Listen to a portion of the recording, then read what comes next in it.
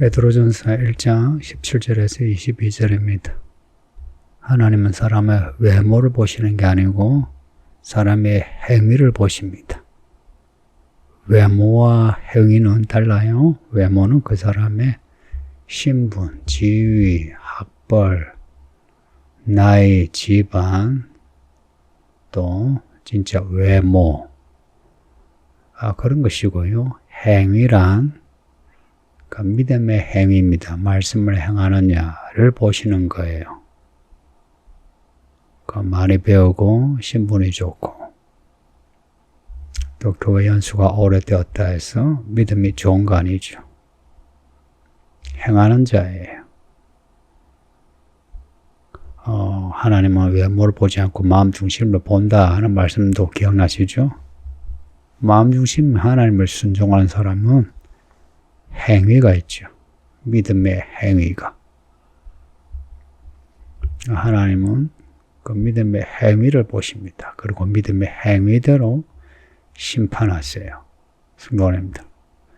그러니까 이런 말씀을 읽고 들으면서 우리의 행위를 돌아봅시다.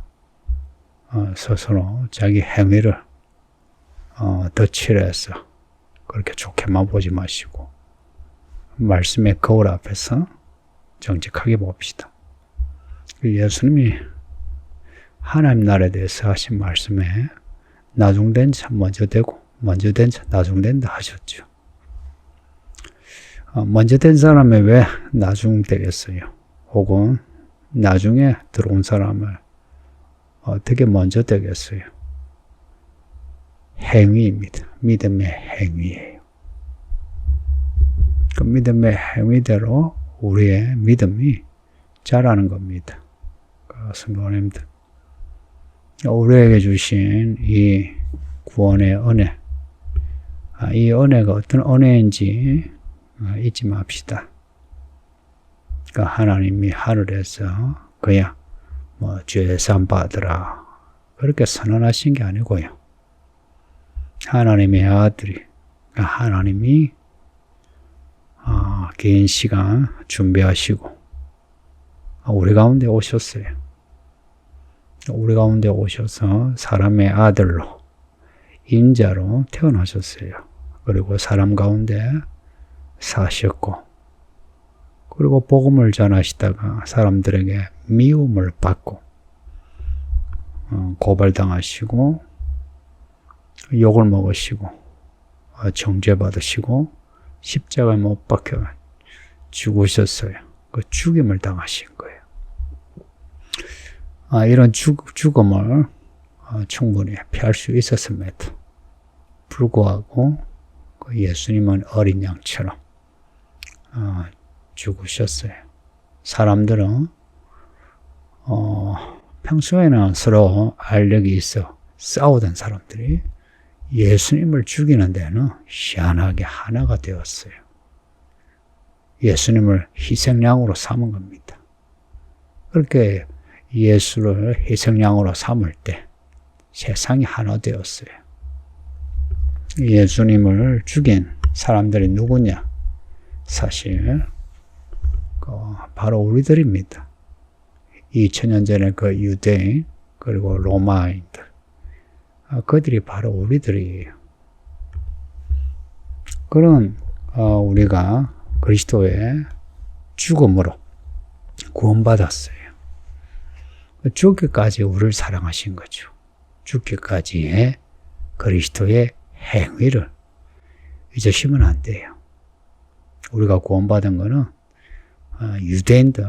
유대인들이 율법을 잘 지켜 어렵담을 받은 게 아니고요. 혹은 우리 한국인의 조상들이 착해가지고 구원받은 게 아니고요. 오히려 유대인이나 우리나 헛된 종교, 문화, 철학, 관례, 전통, 분위기, 법 이런 데서부터 우리를 구원하신 겁니다. 출애굽이란 말을 하죠. 그 출애굽할 때 그 엑소더스가 구원이에요. 우리를 죄에서 구원하신 세상으로부터의 자유, 예수님이 피를 흘리심으로 우리가 받은 구원은 하나님의 행위로, 하나님의 아들의 행위로 구원받은 겁니다.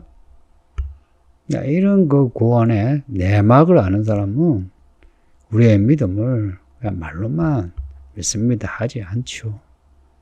나는 어떻게 살아야 하나? 이 문제 고민하지 않겠어요? 여러분이 누군가에게 큰 도움을 받았으면 하다 못하면 그 사람 생일을 챙겨준다든지 명절에 선물을 준다든지 아니면 문자라도 보낸다든지 마음을 표시하죠. 그게 다 행위 아닙니까?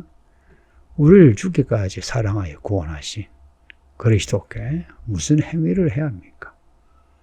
그러니까 우리는 그 행위를 성경에서 배우는 거예요. 우리의 양심, 윤리는 그 행위를 알 수 없는 거예요. 왜냐? 그 믿음의 행위는 계시에 해당됩니다. 계시. 말씀에 그리고 성령으로 가르쳐 주셔야만 하는 거예요. 우리가 교회 생활을 하는 이유는 말씀을 통해 성령의 인도하심으로 어떻게 행동해야 하나, 어떻게 살아야 하나 이거 배우는 겁니다. 잘 배우시길 바랍니다. 그리스도께서 우리를 위하여 오셨다. 그 20절에 이 말세에 너희를 위하여 나타내신 바 되셨다. 놀라운 말씀 아닙니까? 앞에 5절에도 말세에 나타내기로 하신 구원, 그 말씀하고 똑같은 내용이에요. 말세에 나타내기로 하신 구원. 예수님이 오심으로 구원이 나타난 거예요.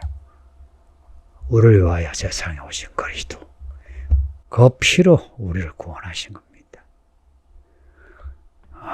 성경에 그러니까 하나님의 예언이요 전부 우리를 위한 예언이라 생각해 보세요. 그러니까 이 부분이요 앞에서 언급이 되었거든요. 그 선지자들이 예언한 것, 자기들을 위한 것이 아니라 지금 우리들을 위한 것이라는 걸 알고서 연구하고 살펴 그 구원이 어떤 구원일까 알려고 했다 그래요. 천사들은 그 구원을 갈망했다 그럽니다. 우리는 참 우리가 원하지 않고 찾지도 않았는데 하나님이 우리를 미리 아시고 택하시어 이 구원을 주셨는데 이렇게 은혜로 이렇게 구원하셨는데 우리는 너무 이 구원을 가벼이 여기는 거 아닙니까? 말씀을 가벼이 여기진 않나요? 우리를 위하여 죽으신 예수님에 대해 너무 은혜를 모르는 그런 짐승 같은 그런 모습을 하고 있지 않나요? 이사야 말씀에 이사야 1장에 있는 말씀이에요. 하나님이 딱 작정하고 이사야를 통해 하신 말씀이 있어요. 개도 소도 뭐 짐승도 다 주인을 알아보는데 내 자녀 이스라엘은 나를 알아보지 못한다고. 지금 우리는 어떤가요? 교회의 머리가 그리스도랍니다. 정말 교회의 머리가 그리스도인가요? 여러분의 왕이 그리스도가 맞나요? 저는 목사로서 한 성도로서 이 문제 자주 생각합니다. 정말 내가 그리스도 예수님을 머리로 섬기고 있느냐 하는 거예요. 섬긴다. 이건 행위의 문제입니다. 그죠? 정말 내가 마음에 하나님을 믿고 예수 그리스도를 나의 구주로 믿는다면 어떤 행함이 있죠. 그 행함은요, 그리스도를 표대로 삼아요. 그 표대. 그리스도가 믿음과 소망이 되는 거예요. 그리스도를 통하여 우리는 하나님 아버지께 가거든요. 그러니까 그리스도를 바라보고 그리스도를 통하여 하나님을 아버지라. 그래서 아버지 하나님의 나라에 가는 겁니다. 새 예루살렘은 하나님의 나라거든요. 그 나라에 믿음을 두고 그 나라에 가는 걸 소망하는 겁니다. 앞에서 하나님이 거룩하신 너희도 거룩하라. 왜 거룩해야 합니까? 그 나라에 가기 위해서예요. 그 나라 가기 위한 믿음과 소망, 사랑이 필요한 겁니까? 아버지를 닮아가는 그 자녀들이 있죠. 당연하지 않나요? 그 하나님이 거룩하시니 우리도 거룩해야 되는 거 당연한 거죠. 뭐 그렇다고 누가 이 몸덩어리로 살아간 동안에 예수님처럼 똑같이 거룩한 사람은 없죠. 그래서 우리는 살아서 또 죽었어. 그리스도의 그 피의 공로가 필요해요. 지금도요. 우리의 이 약하고 악한 부분 그리스도의 그 피로 우리가 죄사함 받고 구원받고요. 또 죽어서 예수님을 만날 때도요. 우리의 부족한 거 예수님의 피로 구원받아요. 그래서 예수님의 그 어린 양의 피의 공로는 지금부터가 아니고 우리가 예수님을 알기 전부터 늘 우리의 덮개처럼 덮여져 있어요. 그리고 영원합니다. 성도님들, 이런 큰 구원의 은혜를 받았으니 우리가 살아가는 동안에 예수님을 표대로 해서 살아갑시다.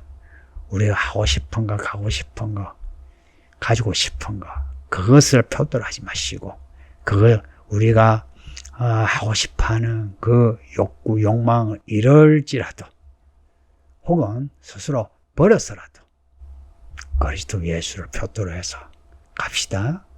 어떻게? 22절에 진리를 순종함으로 가능합니다. 진리를 순종함으로. 이거 한마디로 행위입니다. 진리를 순종함으로. 믿음의 행위입니다. 우리의 믿음을 살려주는 행위입니다. 우리가 이 말씀을 행동할 때에 우리의 영혼이 깨끗하게 돼요. 우리가 이 말씀을 행동할 때에 하나님을 사랑하고 이웃을 사랑하게 돼요. 내가 그냥 내 마음에 내 정서로 하나님을 사랑하고 이웃을 사랑한다. 이거는 말이에요. 말씀을 순종하는 것이 하나님을 사랑하고 이웃을 순종하는 것, 이웃을 사랑하는 겁니다. 어떻게 그렇게 할 수 있느냐? 마음을 뜨겁게 하는 거예요. 마음을 뜨겁게. 마음을 뜨겁게 해내야 돼요. 그래서 성경 읽는 겁니다. 성경 읽으면서 뜨거운 경험을 한 적이 있죠. 기도하면서 뜨거운 경험을 한 적이 있죠. 그래서 성경 읽고 기도하는 겁니다. 매일 성경 읽고 기도하세요. 순종입니다. 그렇게 순종함으로 우리 영혼이 정결케 되고, 정결케 되는 우리 영혼에 하나님의 음성이 더 크게 또 더 큰 능력으로 임하게 돼요. 온전히 순종할 수 있게 됩니다. 그렇게 하면 귀신도요, 무서워서 도망갑니다. 순종한 사람을 귀신은 못 견딥니다. 그러니 성도님들, 순종하는 사람 되시기를 예수 이름으로 축복합니다. 아버지 하나님 감사합니다. 베드로전서를 읽게 하시니 감사합니다. 베드로전서 잘 읽고 잘 들어 잘 배워 이 베드로전서를 주시는 말씀 교훈, 능력을, 지혜를 하나도 빠짐없이 다 받을 수 있게 하시고, 적어도 우리의 삶의 자리에서는 좌우로 치우치지 않고 가야 할 길, 믿음의 길로 순종하며 갈 수 있게 해 주소서. 우리를 위하여 십자가 못 박혀 죽으신 예수님의 그 죽기까지의 사랑의 행위를 생각하면서 우리도 죽기까지 순종할 수 있는 믿음을 가지게 해 주소서. 예수님 이름으로 기도합니다. 아멘.